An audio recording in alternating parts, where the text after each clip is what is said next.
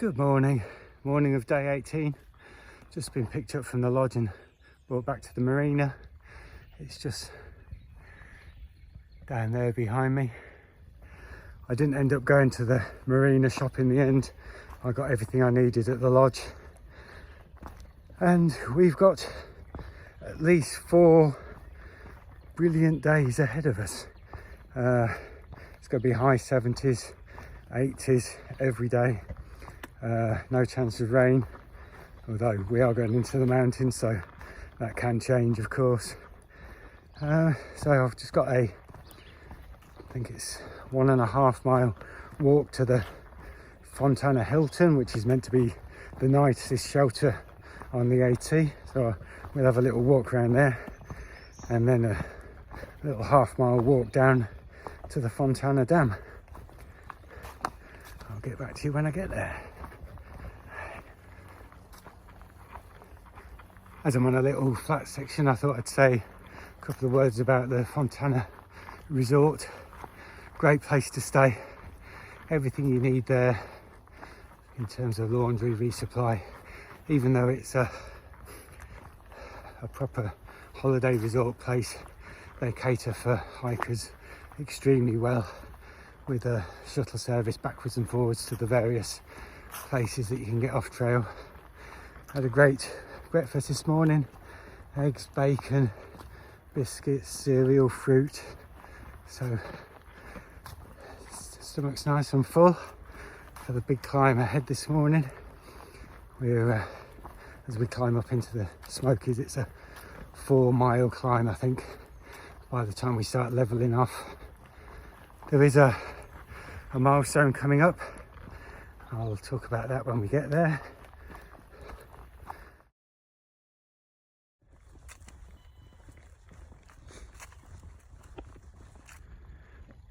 Walking right along the lake edge here. So I wasn't going to do another one of these quite so soon, but as I'm walking next to Fontana Lake, it seems appropriate. So welcome to the next episode of Flags Compares, and it's to do with the name. This is called Fontana Lake, and yet clearly it has a massive dam and is a reservoir. I've talked to a number of the US hikers, and they all tell me that you guys tend to use lake and reservoir interchangeably for any body of water, whereas in the UK that's definitely not the case. If something's a naturally formed body of water, then it's called a lake, and if it's a man-made body of water, then it's called a reservoir. So US, you get a thumbs down for your interchangeable use of the words lake and reservoir. And then for a positive, this is a very personal thing, and it's the flavouring of grape. Over here you have grape jelly, grape sodas, grape flavoured candies, grape rehydration powders. It's just the whole grape flavour thing is just part of the culture, and yet across the pond it's really not a thing. I think we might have some candy that's grape flavoured, but not in the way that you guys have it, and I really like it. When I come across to the US, I often take home a jar of grape jelly to put on my toast. So US, you get a thumbs up for your grape flavours. We're here. This came up very quick. So this is the famous Fontana Hilton.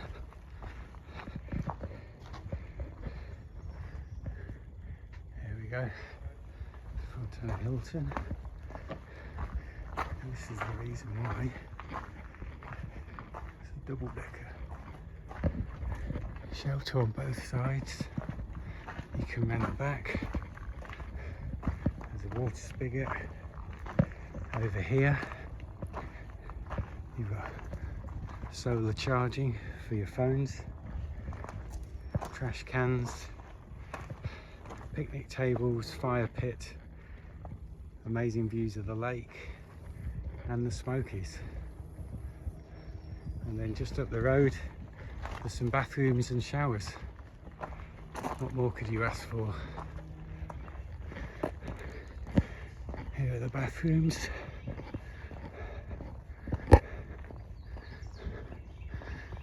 And then there's tenting around as well. Just come down from the shelter, you follow this road down to the dam which is at the bottom there. But here you've got a very good view of Shuckstack fire tower, which is just on that peak there. That's about 3/4 of the way up the 4-mile climb. Then we get up onto that ridge line and we start going back. You can't quite see it, but there's a ridge line runs back where the first 3 shelters are. That I'll be staying in one of them tonight. And then the Smokies carry on along in that direction, keep going back, and then somewhere in the distance behind these trees, you can't see it from here, but it's Clingman's Dome, which I'll be at in 3 to 4 days time. And that's 42 miles away in trail miles and only about 10 miles in actual miles. So once we get down to the dam, we cross over to the side and then we start climbing up this hill to get onto this ridge and go all the way up the ridge to the fire tower which is there, and then carry on up. And like I say, that's it's about 4 miles from here as the trail goes. That's a better view of the Smokies without the trees in the way. I think I spy me some trail magic. Look what I got to start the day. Ice cold Coke. Excellent. They were offering other things, but my pack really is full.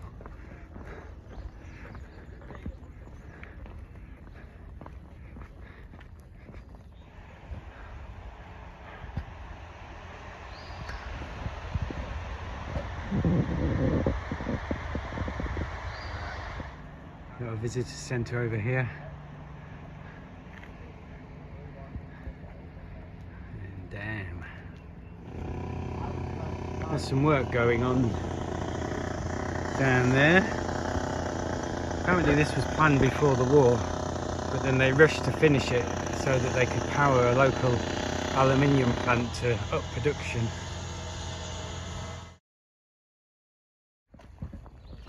Wow.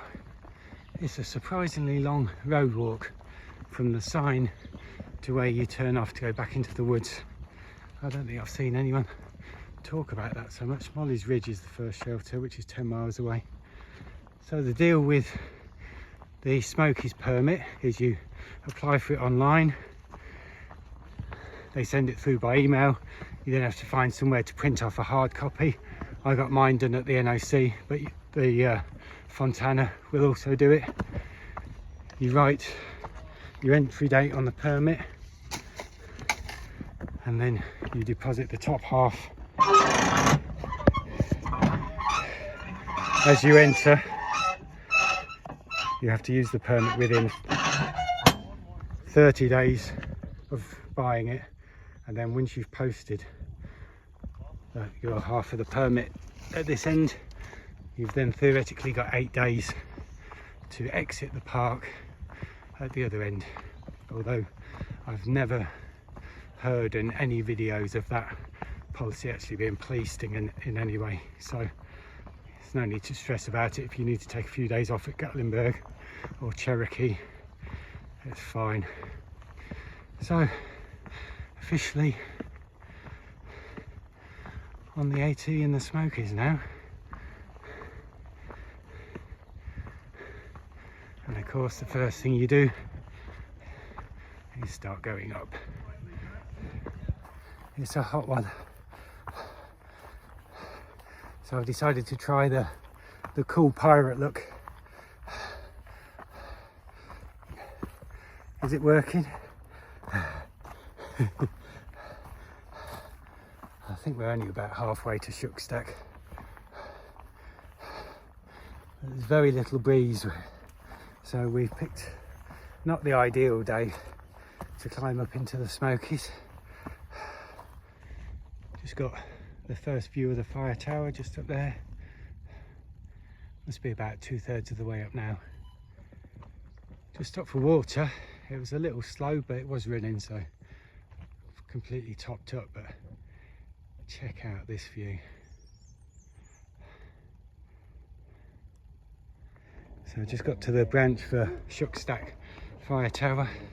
EAT goes back there. But there's an additional, I think it's 0.2 climb up, which I always intended to do. And it's lunchtime, so it seems like a perfect spot. Here we are, guys. Made it to Shuckstack fire tower. A little bit rickety and old, but that's looking down onto this end of Fontana. See how it forms the shape of an eagle? So the marina where it got dropped off just over 3 hours ago is down there in the head. The Hilton is there on the shoulder, and the dam runs along here, along the right hand wing. Behind you, man. And then over the other side you can see the far side of Fontana Lake, and that's where the water from the NOC runs in. So we've climbed all the way up here, and then we've got a little bit more of a climb going up onto that ridge over there, and then we start going in that direction across the ridges, up down, up down, up down, until we get to Klingman's Dome, which is way over there.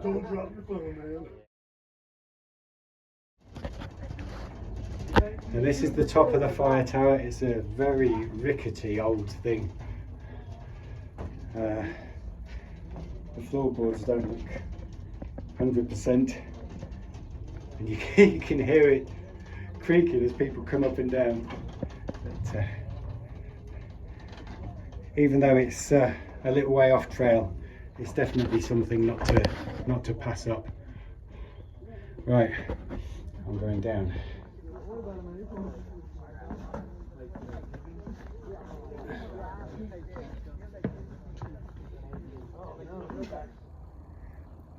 Another epic lunch spot at the fire tower. That chimney behind me is just all that's left of what used to be the fire warden's hut that was here. There's a helicopter in the background. On the way up we passed a hiker that was having chest pains, so we think he may be getting medevaced out. Just coming down off Shuckstack. Really great lunch up there. It was odd. I got up there was people all around. I was chatting to a few people, eating my lunch, talking to a guy from Poland, from Krakow. That was interesting. I've been there a couple of times. And then everyone sort of just disappeared. And I'm just sitting there eating my lunch, and it was perfectly quiet, beautiful views, amazing. And there doesn't seem to be anyone else coming up either. Very odd when you're at a popular place on trail like that and you're the only one there. Nice though, not complaining. Okay, let's get back onto the AT. The first of 3 possible shelters for today, Molly's Ridge shelter, is 6.7 miles away, and then I think the next one's 3 after that, and then the next one's 3 after that, something like that. They're surprisingly close together. So I'll get there, see how I'm feeling. Get back to you soon. Man, this is a major blowdown. Looks like the way past it is up there. I said earlier in the day that we'd be hitting another milestone. But back there we just turned right and everything on that side of me is in Tennessee, and everything on that side of me is in North Carolina. So we've reached our third state, although we don't say goodbye to North Carolina for a very long time, another 220-ish miles before we finally leave North Carolina. But we follow the border so exactly for the next 60 or 70 miles that all the shelters on that side are in Tennessee and don't have privies. They have toilet areas, and all the shelters on that side of the trail are in North Carolina and do have privies. I think there's one exception on the Tennessee side. So there's an example of different regulations in different states. So I'm going to be hopping backwards and forwards between the two states for quite a while, but it's nice to have reached the third state. I think there's water in 2 miles, and then there's a shelter in 3. I'll get back to you then. The end of day 18. It's been a tough one. It's a 6-hour climb up into the Smokies, and it's been really warm. We're here at Molly's Ridge shelter. As you can see, the shelters in the Smokies are a little bit more substantial than some of the other ones we've seen. Proper stone built. Looks like there's a lot of camping going on. I'm going to find a tent spot, but I'll show you the shelter. Here we go.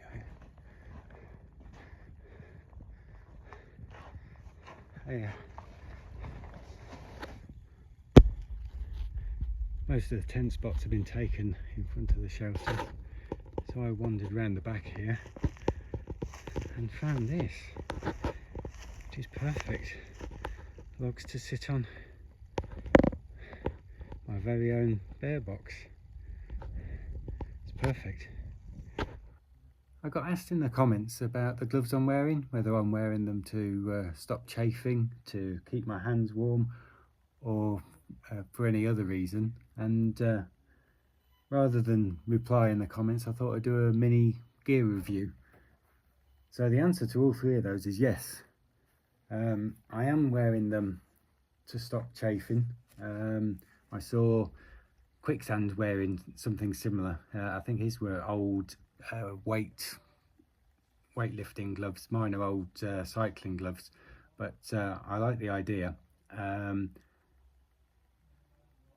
Remember, you're going to be starting out using trekking poles for 8 hours a day, and I've seen a few people with sore hands and even blisters on their hands as a result. So yes, these do stop chafing. Also, yes, they do keep your hands warm, particularly if it's windy, and just keep the mobility. Also, I like them because obviously the fingers are clear, so you can use your phone, and when you're climbing over things like tree stumps or sharp rocks on a rock scramble, then the leather palm also protects your hands. So they're brilliant multi-purpose gloves, and I'll definitely be keeping them. I also have a second pair of gloves, which I'm sure a lot of hikers will think is excessive. These are from a company called Bee Forest, and they're thermal waterproof gloves. They've also got the special pads so that you can operate your phone, but I have to say that bit's not brilliant.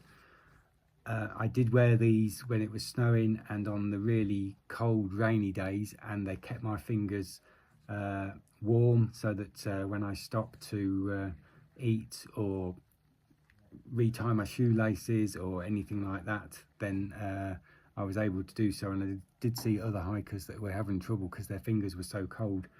But the big plus with these, which I didn't realise until I got out here, is that if you're putting away a wet, dirty tent, then having some waterproof gloves makes the whole operation way more acceptable.